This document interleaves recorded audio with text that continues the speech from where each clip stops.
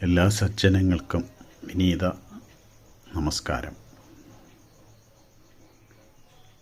ഒരു യാത്ര തുടങ്ങുമ്പോൾ എല്ലാവരും ആഗ്രഹിക്കുന്നത് എന്താണ്? അത് നന്നായി അവസാനിക്കണം. ഇത്തരത്തിൽ ഏത് കർമ്മം ചെയ്യുന്നതിന് മുമ്പും പ്രാർത്ഥനാ നിർഭരമായി എല്ലാവരും ഇരുകരങ്ങളും കൂപ്പി പ്രാർത്ഥിക്കുന്ന മൂർത്തിയാണ് ഗണപതി. പേര് സൂചിപ്പിക്കുന്നത് പോലെ ഗണങ്ങളുടെ പതി. അമരകോശവും മലയാളത്തിലെ ആദ്യ കൃതിയായ രാമചരിതവുമൊക്കെ ഗണപതി മഹിമ വ്യക്തമാക്കുന്നുണ്ട്. ഗജമുഖം സർവശക്തികളുടെയും സ്വരൂപമാണ്. വലിയ ശിരസ് ഉന്നതമായ ബുദ്ധിശക്തിയെ കുറിക്കുന്നു. നാം തന്നെ ചിലപ്പോൾ ചിലരുടെ ബുദ്ധിശക്തിയെ കുറിക്കാൻ അയാൾക്ക് ആനത്തലയാണെന്ന് പറയാറുണ്ടല്ലോ. അത് മസ്തകമാണ്. ഉയർത്തിപ്പിടിക്കണം. ആരുടെ മുന്നിലും അഭിമാനത്തോടെ നിൽക്കണം. ഗണപതി ഉപാസകർക്കത് സാധിക്കും. ഏത് കാര്യവും ശ്രദ്ധിച്ചു കേൾക്കണം. അറിയാവുന്നിടത്തോളം അറിയണം. അതിൻ്റെ പ്രതീകമാണ് വലിയ ആനച്ചെവി. ലിസണിങ് ഈസ് ആൻ ആർട്ട് എന്ന് ഈ നൂറ്റാണ്ട് പറയുമ്പോൾ അതിനെത്രയോ കാലം മുമ്പ് വേദേതിഹാസങ്ങളിൽ സുന്ദരമായി അതിനെ പ്രതിപാദിച്ചിരിക്കുന്നു. തിന്മകളെ അരിഞ്ഞു വീഴ്ത്താനുള്ളതാണ് മഴു. അതിൻ്റെ മൂർച്ച കുറയരുത്. ദുഷ്ടതകൾ ഇല്ലാതാവണം. നന്മകൾ തളിർക്കണം. ഭഗവാന്റെ കയ്യിലെ പാശം അതിരുവിട്ടു പോകുന്ന മനസ്സിനെ ബന്ധിച്ചു നിർത്താനുള്ളതാണ്. അനിയന്ത്രിതമായ പോക്ക് അപകടത്തിലേക്ക് നയിക്കും. ആത്മനിയന്ത്രണത്തിൻ്റെ അനിവാര്യത ഇവിടെ വ്യക്തമാകുന്നു. ആനത്തോട്ടി ഏതു മതിച്ച ആനയെ നിയന്ത്രിക്കുന്നതാണ്. ഇതൊരു മനഃശക്തിയാണ്.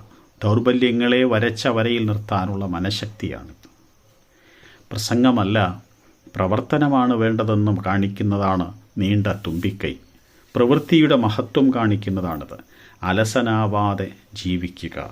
ശ്രമ ഏവ ജയതേ എന്നാണല്ലോ ആചാര്യന്മാർ പറയുന്നത്. ഗണപതി ഭഗവാന്റെ ചെറിയ കണ്ണുകൾ എല്ലാം സൂക്ഷ്മമായി നിരീക്ഷിക്കാനും കാര്യങ്ങൾ ശ്രദ്ധാപൂർവം കണ്ടറിഞ്ഞു പ്രവർത്തിക്കാനും ഓർമ്മിപ്പിക്കുന്നതാണ്. കണ്ണ് വലുതായിട്ട് കാര്യമില്ല, കാണേണ്ടത് കാണണം. ചെറിയ കാലുകൾ ഓരോ കാൽവയ്പും ശ്രദ്ധിച്ചു വേണമെന്ന് നമ്മെ പഠിപ്പിക്കുന്നു. 3 വട്ടം ചിന്തിച്ചു പ്രവർത്തിക്കുക. എലിയാണ് വാഹനം, മൂഷികൻ. ജീവിതത്തിലെ വിഘ്നങ്ങളെ മൂഷിക വേഗത്തിൽ വന്ന് ഭഗവാൻ ഇല്ലാതാക്കുമെന്നുള്ള ചിന്തയാണിത്. പരമപ്രധാനമായ മറ്റൊരു കാര്യം, വിദ്യാരംഭത്തിന് കുഞ്ഞിൻ്റെ നാവിലും വിരൽ പിടിച്ചു മണ്ണിലും ആദ്യമായി എഴുതുന്നത് ഹരി ശ്രീ ഗണപതയേ നമഃ അവിഘ്നമസ്തു എന്നാണ്. ക്ഷരമല്ലാത്തതാണ്, നാശമല്ലാത്തതാണ്, നാശമില്ലാത്തതാണ് അക്ഷരം. ക്ഷരം എന്നാൽ നാശം എന്നർത്ഥം. നാശമില്ലാത്തതാണ് അക്ഷരം.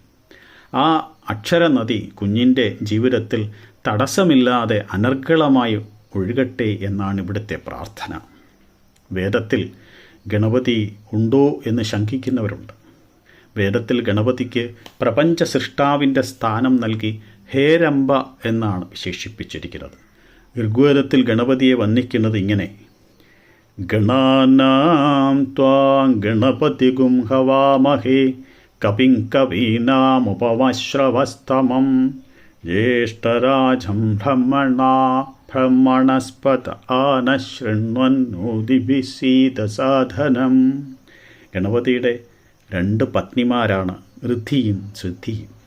ആധ്യാത്മിക സാധനയിലൂടെ സിദ്ധിയും അർത്ഥവത്തായ വ്യാപാരങ്ങളിലൂടെ ബുദ്ധിയെയും നേടണം.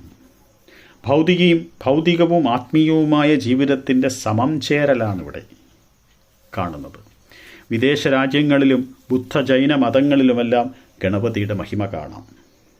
മഹാരക്ത ഗണപതിയായാണ് ബുദ്ധന്മാർ ഗണപതിയെ ഉപാസിക്കുന്നത്. വനവാസികൾ മുതൽ വൈദിക ബ്രാഹ്മണർ വരെ ആരാധിക്കുന്ന ഗണപതി തത്വം അന്ധവിശ്വാസമല്ല, ശാസ്ത്രീയമാണ്. ഭാരതത്തിലെ ആചാരങ്ങൾ നിത്യനൂതനവും ചിരപുരാതനവുമാണെന്ന് നാം തിരിച്ചറിയണം. മഹാഭാരത രചനയിലുള്ള ഗണപതിയുടെ മാഹാത്മ്യം എല്ലാവർക്കും അറിയാം. അച്ഛനമ്മമാരെ ചുറ്റി പ്രദക്ഷിണം ചെയ്ത ഗണപതി ലോകത്തോട് പറയുന്നത് മാതാപിതാ ദൈവം എന്ന് തന്നെയാണ്. വൃദ്ധസദനങ്ങൾ വികസിക്കുന്ന, വൃദ്ധസദനങ്ങൾ നമ്മുടെ സമൂഹത്തിൻ്റെ അടയാളമാകുന്ന ഈ കാലഘട്ടത്തിൽ മഹാഗണപതി കാട്ടിത്തന്ന ഉദാത്തമായ ആ ചിന്ത എത്രയോ ഉത്കൃഷ്ടമാണ്. നാം മാതൃകയാക്കേണ്ടതാണ്. അതിൻ്റെയൊക്കെ ഉള്ളിലുള്ള കാര്യങ്ങൾ വൃത്തിയായി ശ്രദ്ധയോടുകൂടി നാം മനസ്സിലാക്കേണ്ടതാണ്. കലയിലും സിദ്ധിയിലും സ്വാധീനമുള്ള മഹാചൈതന്യമാണ് ഗണപതി തത്വം. എന്താണെന്നറിയാൻ ഏവർക്കും ഗണപതി ഭഗവാൻ തന്നെ ത്രാണിയും ബുദ്ധിയും കൊടുക്കട്ടെ എന്ന പ്രാർത്ഥനയോടുകൂടി നിർത്തുന്നു. നന്ദി, നമസ്കാരം.